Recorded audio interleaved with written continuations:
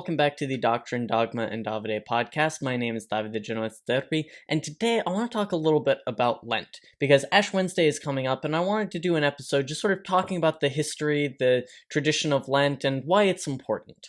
So for those of you who don't know, Lent is a 40-day liturgical season that runs from Ash Wednesday, which this year is February 22nd, all the way to the evening of Holy Thursday. Holy Thursday is, of course, the celebration of the Last Supper, and it ushers in the Triduum, which is Holy Thursday, Good Friday, Holy Saturday, and then finally we have Easter.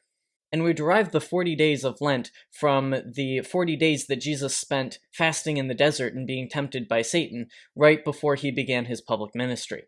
And so we, in imitation of Christ, spend 40 days in a season of prayer and fasting and almsgiving that we call Lent, in order to properly prepare ourselves to celebrate the resurrection of Jesus Christ on Easter. Now, within the season of Lent, there are a few penances that are mandatory and imposed by the Church by discipline, and others that are more optional. The mandatory penances that the Church imposes are fasting on Ash Wednesday and on Good Friday, even though Good Friday is not technically part of Lent, but fasting on Ash Wednesday and Good Friday, and abstaining from meat on all Fridays during Lent. So a Catholic fast consists of restricting yourself to one normal-sized meal and two smaller snacks that, when added together, do not equal a full meal.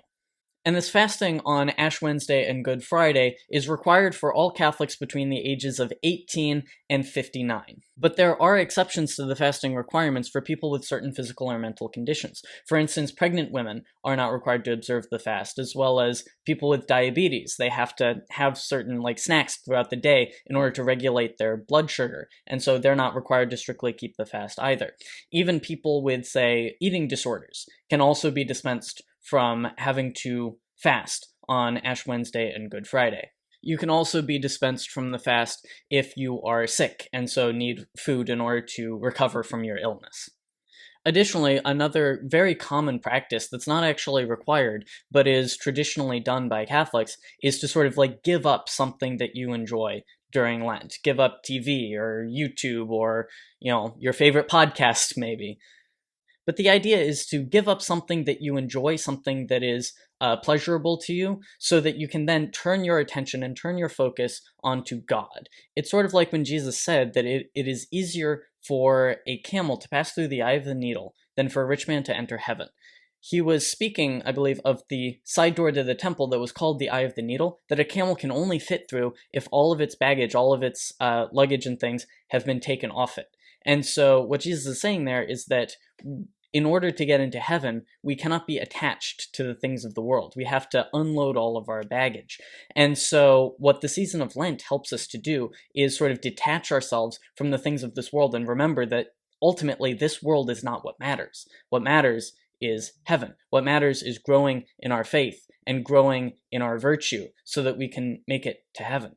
And I think that this season of self-denial that we practice in Lent, I think that it's especially important today. I remember Pope John Paul II said something along the lines of penance and self-sacrifice are the most underutilized tools in the Church today. Additionally, one thing that Archbishop Fulton Sheen said about the West that I think has become far more true than he ever could have imagined, he said that the Western world wants Christ without the cross. All mercy, forgiveness, and love, no suffering, no penance, no self-denial.